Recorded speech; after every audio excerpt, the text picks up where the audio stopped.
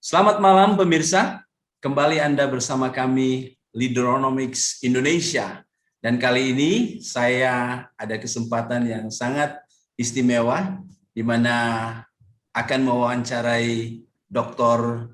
Ferry Pauki. Kita langsung saja, selamat malam Dr. Ferry. Ya, selamat malam. Wah, apa kabar Manado? Ya, kabar baik. Kabar baik, ya.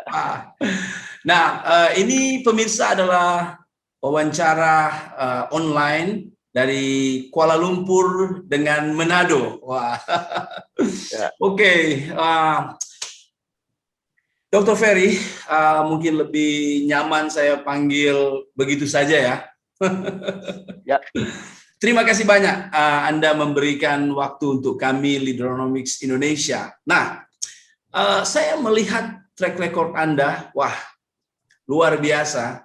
Anda sering keluar negara ya, khususnya negara yang sulit untuk dikunjungi.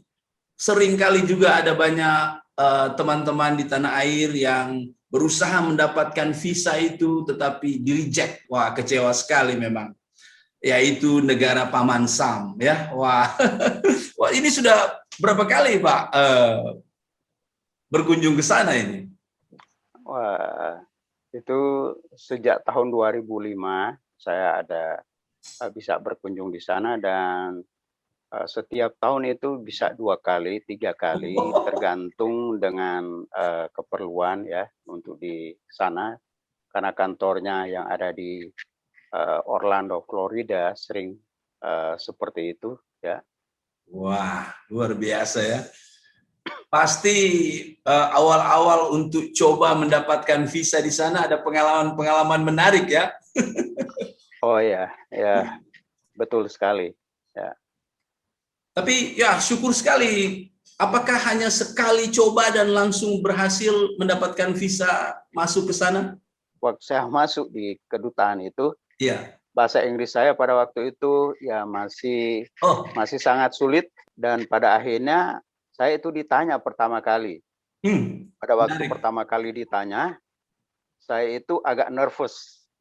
Karena saya tidak tahu kira-kira itu pertanyaannya apa, tetapi saya sangat surprise karena sesudah itu dia berkata begini, wah Pak, bahasa Inggrismu itu belum cukup untuk masuk Amerika. Saya bertanya lagi begini, coba diulangi pertanyaan. Lalu dia mengulangi pertanyaan dan saya menjawab. Sesudah 3 menit dia berkata, oke, thank you ya, thank you so much. Dia berkata, Bapak diizinkan masuk Amerika. Dan pergi ke ruang tunggu.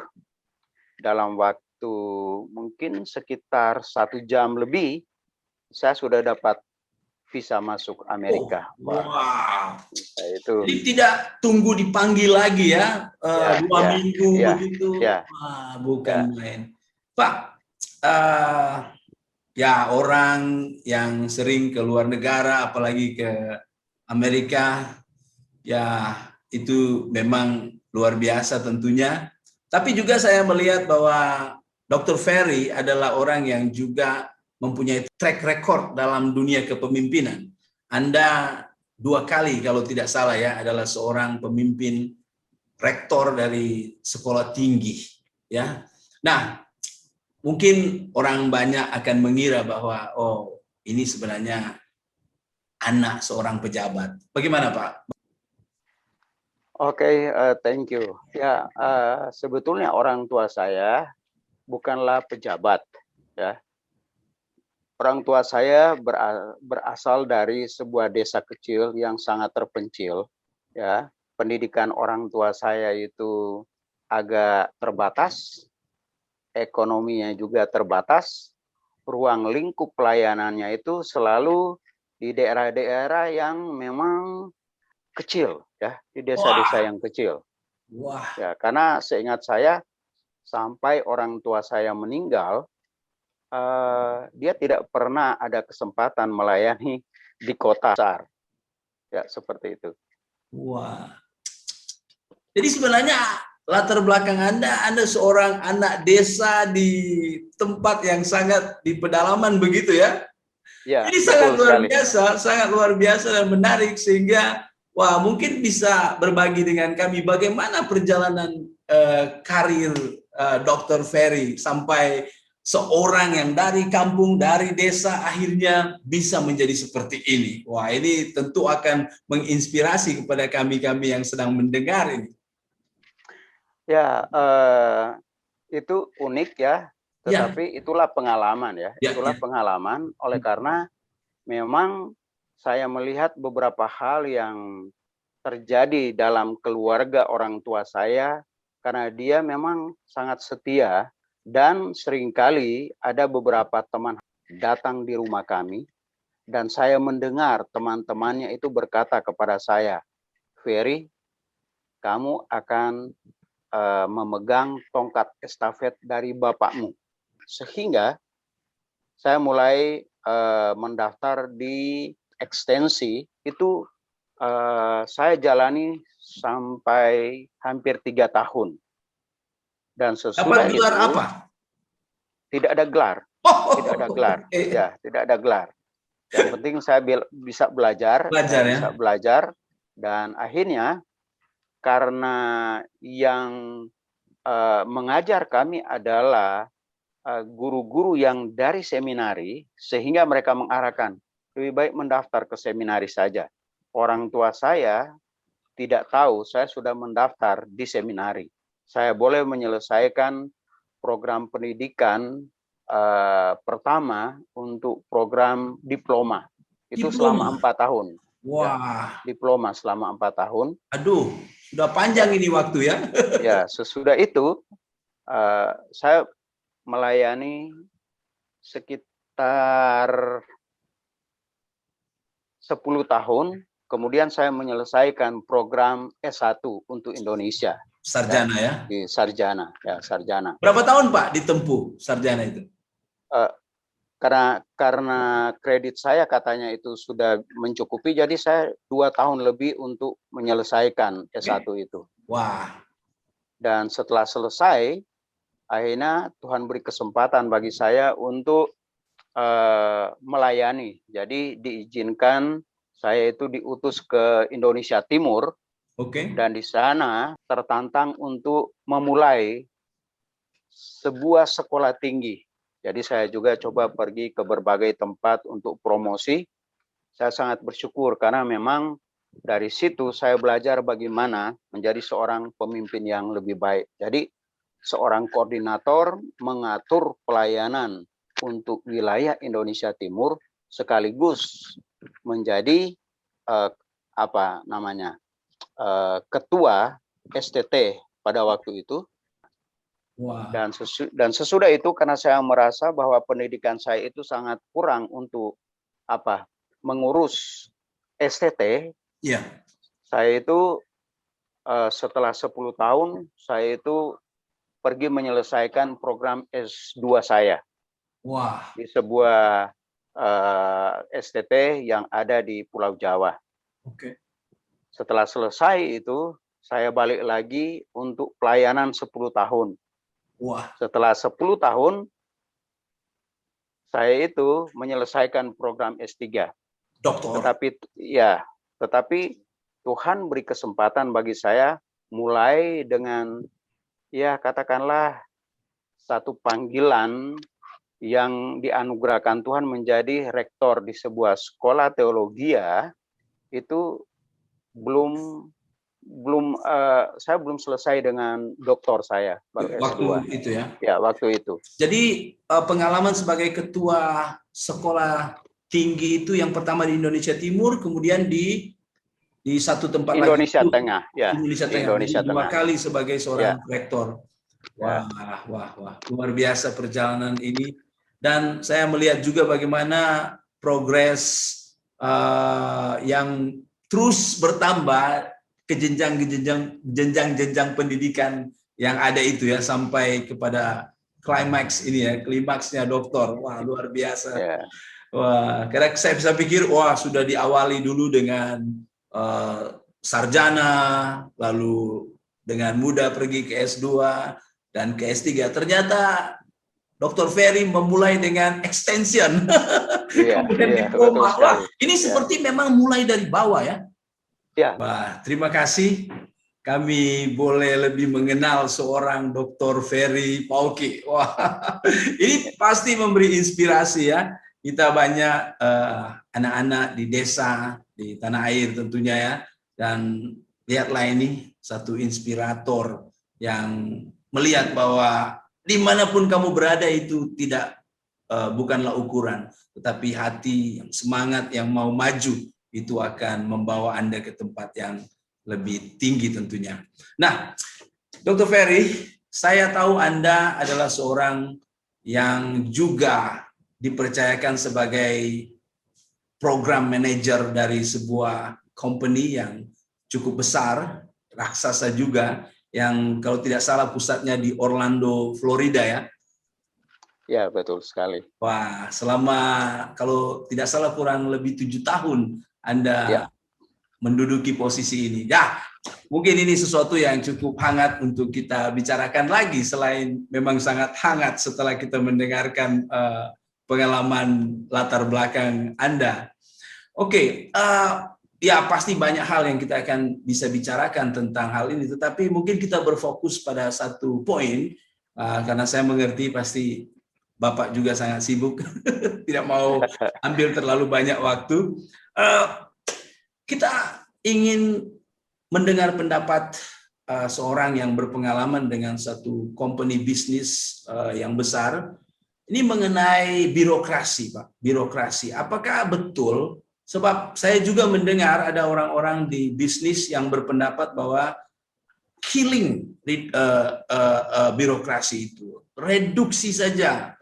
Jangan terlalu banyak tentang birokrasi. Bahkan seorang yang cukup terkenal dalam organisasi yang bernama General Electric, GE ini, yaitu Jack Welch, dia berkata bahwa bisnis bergerak cepat kalau kita meniadakan birokrasi. Nah, bagaimana pendapat Dr. Ferry tentang hal ini? oke, saya pikir apa yang dia katakan itu kemungkinan dia coba melihat konteks di mana company itu ada dan dia juga melihat situasi internal di sana. Tetapi ini dalam pengalaman saya, Ya. karena selama 7 tahun saya dengan satu company yang memang juga bergerak di bidang bisnis, saya coba memperhatikan bahwa birokrasi itu bukan berarti ditiadakan, ya, bukan berarti ditiadakan. Tetapi birokrasi ini diupayakan sedemikian rupa supaya tidak menghambat akan semua program, ya, program yang ada dalam organisasi itu. Karena begini, kalau dalam satu organisasi kita sudah ada satu kesepakatan bersama bagaimana ini untuk tahun 2021 program ini kita jalankan, dan semua itu sudah disetting dari awal dengan baik dan sudah diperhitungkan dengan baik dengan biayanya yang memang sudah diperhitungkan sedemikian rupa secara rinci juga ya. Ya, secara rinci, sehingga sebagai seorang pemimpin saudara bisa melihat dengan jelas, wah ini program yang saya akan laksanakan katakanlah di Indonesia dalam tahun 2021. Jadi kita sudah tahu semua program kita itu, dan juga dengan semua pembiayaan itu serta perencanaan penanggalan, kapan itu dibuat, kapan itu dilaksanakan, kapan itu ada hasil, dan jadi kita semua itu sudah dipersiapkan lebih dulu sehingga pada waktu kita menjalankan program itu kita berusaha bagaimana kita memaksimalkan upaya kita untuk membuat company itu mencapai tujuan dan kita mendapat keuntungan dari sana. Birokrasi tetap ada, tetapi birokrasi itu tidak menghambat, ya, tidak menghambat. karena sudah ada satu meeting yang jelas, yang cukup lama dilakukan. Mungkin itu awal-awalnya pasti akan sulit ya, perlu waktu. Ya, itu dari pengalaman saya, karena begini, untuk dapat melaksanakan program, khususnya dicontohkan tahun 2021, Ya. berarti kan kita harus bekerja dari awal. Kira-kira kita coba mempelajari semua. Banyak hal yang kita pelajari di sana. Termasuk kita mempelajari apa itu kekuatannya, kelemahannya. Itu kan sudah lumrah, orang berkata, wah ini kita buat analisa-analisa ini. Tapi kita coba pikirkan semuanya itu. Sehingga pada waktu kita mempersiapkan itu, kita sudah bicara dengan baik-baik. Kita berikan penjelasan dengan baik. Kalau semuanya itu sudah clear, ya sudah clear, kita oke, kita jalan. Tetapi pada waktu awalnya itu ada sesuatu yang tidak clear, harus di-clear lebih awal. Jangan dulu berjalan sebelum itu clear di awal. Iya, betul. Jadi eksekusi-eksekusi yang dilakukan itu tidak akan ada halangan dari birokrasi, sebab itu sudah diputuskan secara matang sebelumnya, begitu ya Pak? Ya, begitu. Harus jelas dari awal. Karena kalau kita tidak jelas dari awal, itu sulit. Makanya itu pertemuan atau meeting kita dari awal itu, kita harus dibuat. Karena begini, pimpinan atasan kita perlu mengerti semua dengan baik. Karena contohnya kan, karena presiden kami itu ada yang di Orlando, Florida. Saya ada di Indonesia. Jadi kan semua perencanaan yang ada di Indonesia itu perlu jelas. Dan setelah jelas, karena kan setiap negara ada sekitar, saya pikir 73 atau 79 negara. Wow. Saya bekerja di situ. Nah, sekarang ini kan bagaimana saya sebagai program manager itu, sebagai direktur yang ada di sini, saya itu harus bertanggung jawab di situ. Jadi perlu clear, dan meeting itu sering. Jadi mereka harus tanya, bagaimana dengan ini, bagaimana dengan ini, bagaimana dengan ini. Kalaupun andai kata ada sesuatu hal yang tidak terlalu jelas, mereka tanya, Ferry, could you explain this? Make it clear, ya. Karena kalau tidak jelas, mereka tidak mau.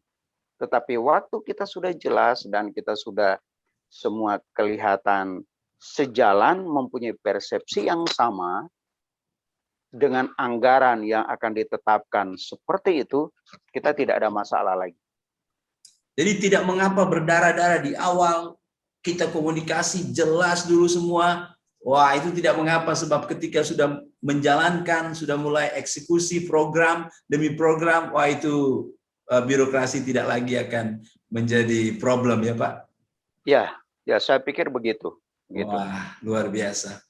Wah, menarik sekali. Kadang-kadang kita melupakan step awal ini ya. Dan akhirnya kita berantakan ketika mulai menjalani eksekusi-eksekusi itu. Wah. Ya, memang itu terjadi. Saya melihat dalam organisasi-organisasi kecil di mana juga saya ada. Terkadang itu kan,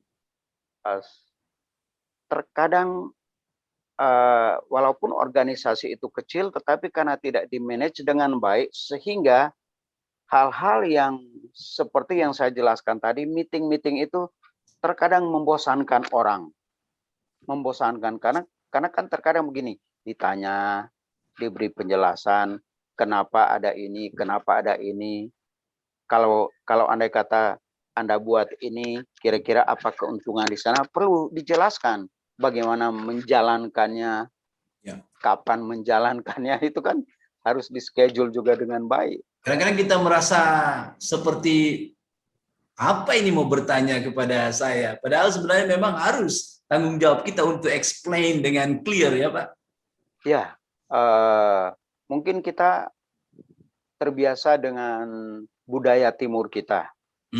Ya, karena begini, ada satu budaya di timur ini kelihatan perlu dirubah.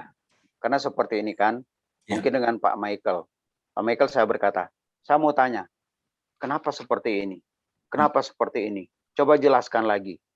Nah, setelah selesai, kita kan bisa berpisah 1-2 hari seperti itu. Dan kemudian kita kan coba berpikir kembali tentang apa yang kita sudah bicarakan. Iya. Lalu di satu sisi kemungkinan begini, saya sebetulnya belum terlalu jelas dengan ini. Apa maksud dia dengan ini? Iya. Lalu kan kita meeting lagi. Pak, bisa jelaskan lagi yang seperti ini? Terkadang kita dengan budaya timur kita sok seperti ini. Kok sudah tahu ditanya lagi? Iya. Ya. Atau kenapa kita menghabiskan waktu seperti itu? Tetapi dalam sebuah perusahaan raksasa seperti itu, mereka tidak mau kalau tidak jelas. Kita saja yang kecil-kecil ini terkadang kita memang belum jelas, tetapi kita sudah bilang oke, kita sudah setuju. Nah, itu permasalahan. Itu akan masalah. Wah, jadi kalau memang diminta penjelasan, lakukanlah, berikanlah penjelasan dengan baik. Begitu juga sebaliknya, kalau saya tidak jelas, saya jangan malu untuk minta kejelasan lagi, walaupun itu kali kedua dan kali ketiga. Begitu, Pak ya? Ya, benar. Pak, ini bicara tentang birokrasi ya. Dalam pengalaman Dr. Ferry, apakah boleh sebagai seorang program manager langsung kepada presiden? Nah, terkadang situasi itu memang mungkin bagi kebanyakan perusahaan terkadang berpikir, wah itu sesuatu yang sulit untuk dilakukan. Karena seorang presiden itu dia tentu terlalu sibuk karena dia sudah mendelegasikan semua pekerjaan itu. Tetapi itu catatan tersendiri saya harus beritahu. Terkadang saya itu memang terkadang bisa kontak dan ngomong dengan presidennya. Wow. Ya. Langsung ya, Pak? Langsung. Karena dalam pertemuan kami, saya melihat dia itu seorang yang sangat disegani, dihormat, disegani, dan dia sangat super sibuk ya. Tetapi masih bisa meluangkan waktu. Jadi timingnya itu harus diatur. Timingnya itu harus diatur dengan baik. Karena begini juga, sibuk dalam satu perusahaan yang besar, kan waktu mereka itu sudah di-schedule secara ketat. Iya, betul. Nah, sekarang bagaimana saya bisa komunikasi? Kan? Iya. Jadi di sela-sela kesibukan dia pun kita bisa teks sedikit. Oke. Halo. Saya bisa bercerita 2-3 menit. Jadi kita harus dengan sopan juga memberitahu. Oke. Dan sesudah itu kan terkadang ada beritahu sejauh mana kepentingan dengan saya. Kalau dengan umpamanya dengan direktur ini dengan ini bagaimana? Oh ya sudah baik, tetapi saya ada sesuatu. Dan itu bisa ya mungkin karena pengalaman saya, kami sudah ada hubungan yang dekat dan saya itu bisa direct sampai dengan vice presidennya, saya bisa direct. Untuk hal-hal seperti itu. Wah, luar biasa. Dan itu juga kalau kita sudah ada dalam posisi yang ya tinggi, kita juga memang harus memberi ruang kepada bawahan-bawahan sehingga boleh dikontak ya Pak. Iya, karena ini kan pengalaman kita juga karena mengelola organisasi yang lain juga. Seperti ini kan alat komunikasi. HP ini saya tidak pernah matikan selama 1 kali 24 jam. Wah. Karena sekarang ini ya standby. Karena seperti ini. Karena kerjasama dengan orang yang ada di negara lain dengan waktu yang berbeda. Contohnya dengan Amerika, dengan Manado ini kan kita punya different time. Ya, itu ada 12 jam. 12 jam ya. 12 jam.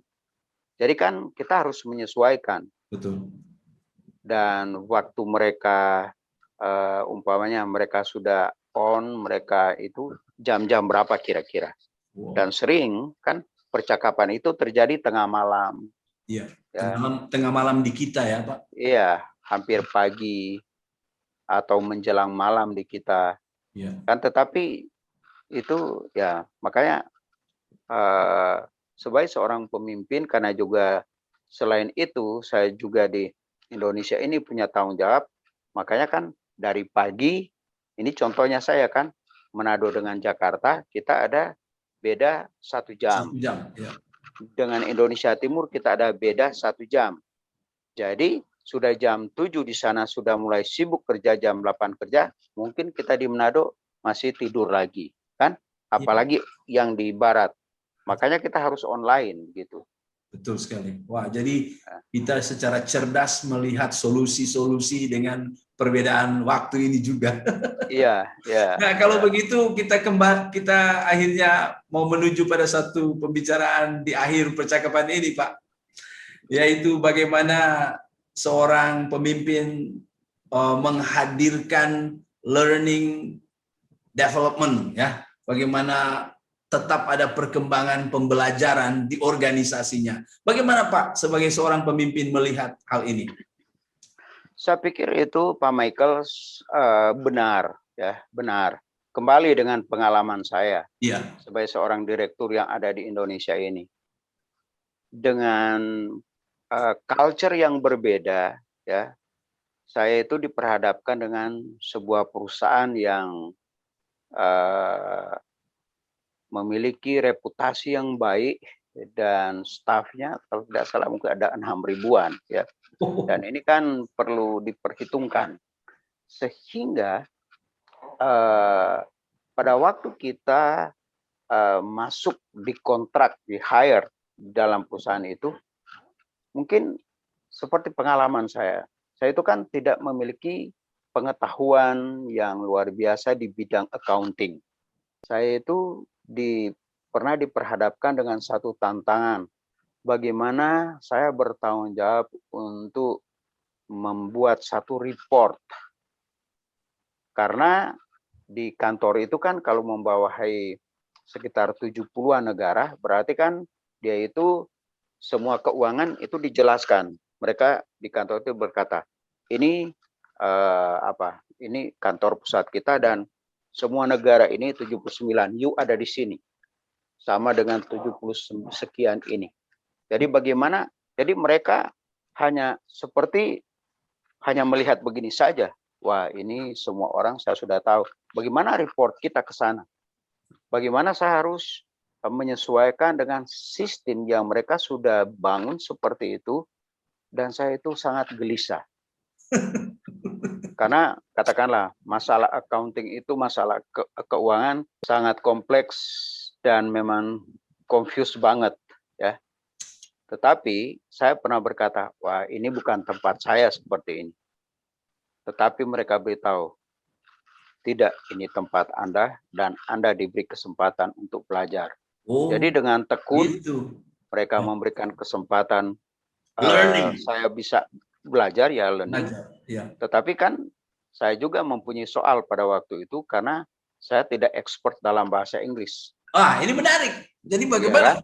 Ya, dan pada akhirnya karena mereka tahu saya tidak juga expert dalam bahasa Inggris, saya juga diberi kesempatan. Wah, kalau begitu Pak Ferry, untuk hampir 3 bulan saya itu memang dipaksa untuk belajar berbahasa Inggris. Dan apakah ini membuat juga mereka minta supaya Anda harus ke Amerika sehingga belajar dalam konteks yang memang jelas, yang nyata? Ya, saya memang diundang untuk ke sana, termasuk istri saya diundang ke sana. Ya, tidak boleh pisah selama 3 bulan dengan istri. Iya. Dan juga dia itu harus belajar, ya. Wah, harus belajar. Luar biasa. Jadi itu ada keuntungan ganda. Ini. Tetapi kan learningnya itu dari seorang pemimpin itu sangat penting. Ya. Apalagi sekarang ini dengan adanya perkembangan ilmu, pengetahuan dan digital itu itu kalau kita tidak belajar menyesuaikan, apa yang akan jadi, ya. Ketinggalan. Jadi kita harus belajar dan saya juga ingat karena saya juga senang dengan S2 saya juga dengan Christian education, adult education, dan tahu kan itu kan belajar kita itu tidak dibatasi dengan umur, tidak dibatasi dengan waktu. Jadi kita harus belajar terus-menerus kan. Nah, itu sesuatu hal yang sangat luar biasa. Dengan belajar berarti dengan sendirinya pengembangan kepemimpinan itu terjadi secara simultan juga. Karena kita akan belajar. Itu namanya kan on the job training. Toh? Ya. Jadi kita belajar sambil bekerja. Ya, sambil bekerja. Bukan main. Wah. Dan itu saya kagum dengan company yang Bapak bicarakan ini, di mana mereka memperhatikan pekerja-pekerja mereka, dan mereka ada program untuk learning and development. Dan saya pikir itu juga menjadi satu pembuka wawasan kita untuk melihat orang-orang yang ada di organisasi kita, apakah ada kelemahan-kelemahan, dan mari kita tutupi dengan memberikan mereka kesempatan-kesempatan untuk meningkatkan, berkembang, belajar. Wah, itu dia, luar biasa sekali. Ya. Oke, Dr. Ferry, terima kasih banyak untuk waktu yang diberikan. Nah, saya yakin sekali bahwa pasti melalui pembicaraan hangat kita ini, ada banyak orang di luar sana yang menyaksikan wawancara ini akan mendapat banyak faedah. Demikianlah, saudara, percakapan kami. Sekali lagi kami sangat berharap agar ini dapat memberikan faedah kepada Anda semua. Terima kasih. Terima kasih. Bye.